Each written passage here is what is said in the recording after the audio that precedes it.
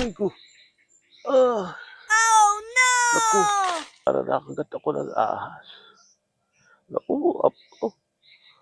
Parang nakagat ako ng ahas eh.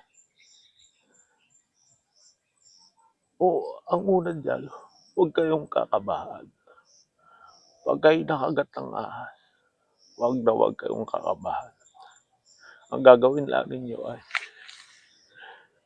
higang paloob, What? higang palabas. Higang paloob, hinggang palabas. At saka kukuha kayo ng kaunting kulangot. Kaunting kulangot. Tapos ipapahid nyo lang gayaan ng kaunti. Yan. Tapos basta wala kayong kakabahan. Huwag kakakabahan. Ay kinakagat ang ahas. Huwag kakakabahan. Tapos tatayo ka ng dahan-dahan.